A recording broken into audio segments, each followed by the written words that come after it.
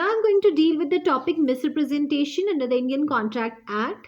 Section 18 of the Indian Contract Act defines misrepresentation as misrepresentation means and includes the positive assertion in a manner not warranted by the information of the person making of it of that which is not true, though he believes it to be true.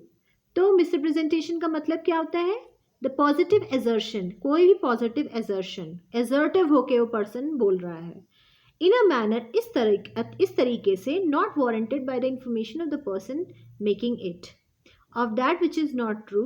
उसको पता, उसको दो ही वो सोचता है कि वो जो इन्फॉर्मेशन दे रहा है, वो जो पॉजिटिव एजर्शन कर रहा है वो सही है, लेकिन वो सही नहीं है, तो मिसरिप्रेजेंटेशन हो जाएगा. उसको लगता था कि वो सही इन्फॉर्मेशन दे रहा है पर वो इन्फॉर्मेशन सही नहीं है, then it is a misrepresentation.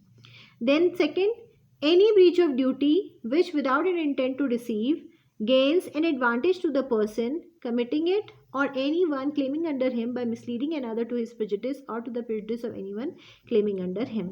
यहाँ पे कोई ड्यूटी थी, किसी पर्सन को कोई ड्यूटी थी करनी थी, पर there is a breach of it.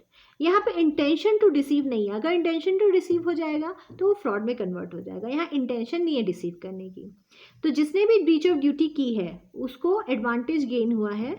जो ब्रीच ऑफ ड्यूटी कर रहा है उस पर्सन को एडवांटेज गेन हुआ है because of such breach of duty. उसको हुआ है या कोई भी किसी भी पर्सन दूसरे पर्सन को हुआ है जो उस पर्सन के थ्रू क्लेम कर रहा था. और क्यों एडवांटेज गेन हुआ है? क्योंकि उसने मिसलीड किया है दूसरे पर्सन को by misleading another to his prejudice. दूसरे पर्सन को नुकसान पहुंचा के तुमने फ़ायदा उठाया क्योंकि तुमने मिसरिप्रेजेंटेशन किया. भले ही वहाँ पे इंटेंट टू डिसीव नहीं थी पर फिर भी तुमने ब्रीच ऑफ ड्यूटी की है या कोई ऐसा पॉजिटिव एजर्शन किया है. तुम तो सोच रहे हो कि तुमने जो एजर्शन किया है वो सही है, बट वो सही नहीं है. और ब्रीच ऑफ ड्यूटी तुमने की है, वहाँ पे तुम्हारी इंटेंशन टू डिसीव नहीं थी लेकिन फिर भी तुमने ब्रीच ऑफ ड्यूटी कर दी, जिससे तुमको या तुम्हारे अंडर किसी को लाभ हुआ है और दूसरे पर्सन को नुकसान हुआ है, दूसरी पार्टी को. Causing, however, innocently a party to an agreement to make a mistake as to the substance of the thing which is the subject of the agreement. और यहाँ पे इनोसेंस बहुत इंपॉर्टेंट है. यहाँ कोई इंटेंशन नहीं है डिसीव की, सब कुछ गलती से हुआ है. तो a party to an agreement causing to make a mistake as to the substance of the thing. अब agreement का जो subject matter है उससे related ही कोई mistake कर दी है लेकिन innocently करी है.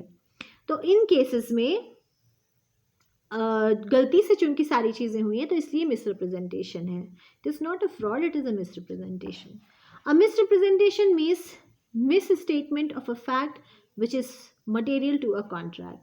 It is a false statement which person making it believes to be true and he does not intend to deceive the other party. It is to be noted that representation always relates to the statement of fact and not a law. Law का कभी भी misrepresentation नहीं होता, वो as it is होता है. हमेशा misrepresentation जब भी होगा वो statement of facts से ही related होगा, कभी statement of law से related नहीं होगा. The main difference between fraud and misrepresentation is that in fraud, the person who is making the statement knows to be false. वहाँ पे fraud में हमेशा intention होती है. वो हमेशा जो person fraud कर रहा है उसे पता होता है कि वो जो भी statement दे रहा है वो गलत है, false है. लेकिन और वहाँ पे intention to deceive होता है. लेकिन misrepresentation में innocent act होता है. वो उसको यही लगता है कि वो जो statement दे रहा है वो सही है लेकिन वो सही नहीं होता statement. Example, A by misrepresentation leads B erroneously to believe that 500 mounds of indigo they are made annually at A's factory. तो यहाँ पर A misrepresentation के द्वारा B को ये विश्वास दिलाता है कि 500 mounds of indigo A की फैक्ट्री में बनता है. B examines the account of the factory. अब B उसकी स्टेटमेंट पे विश्वास करके जाता है और फैक्ट्री के अकाउंट्स को एग्जामिन करता है. Which show that only 400 mounds have been made. तो वहाँ पे जब अकाउंट चेक करता है तो पता चलता है 500 माउंट्स नहीं बनते हैं, 400 माउंट्स बनते हैं. After this B buys the factory और उसके बाद B फैक्ट्री को खरीद लेता है. The contract is not voidable on account of A's misrepresentation. तो यहाँ पर कॉन्ट्रैक्ट voidable नहीं हुआ A की मिसरिप्रेजेंटेशन की वजह से.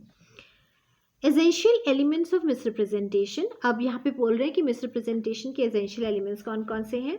एज पर section 18 of the act following are the essentials of misrepresentation. पहला, making of unwarranted statements which are not true although the person making it believes to be true. तो unwarranted statement है, जो person है जो ऐसे unwarranted statement दे रहा है वो सोचता है कि वो सही स्टेटमेंट दे रहा है पर वो सही नहीं होते. दूसरा, breach of duty. giving advantage to the person who is committing it and misleading another to his prejudice. एक ड्यूटी थी जो करनी थी, पर there is a breach of duty, जहाँ पे एक इंसान को जो ब्रीच कर रहा है फ़ायदा हो रहा है और दूसरे इंसान को नुकसान हो रहा है.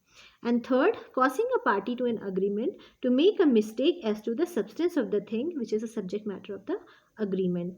और आप एक पार्टी को अग्रीमेंट में एंटर करा रहे हो और जो सब्जेक्ट मैटर ऑफ द, जो सब्सटेंस ऑफ द थिंग है, जो कि subject matter of the agreement है, उससे रिलेटेड ही मिस्टेक करा दे रहे हो, तो वो भी मिसरिप्रेजेंटेशन की कैटेगरी में आएगा. Thank you.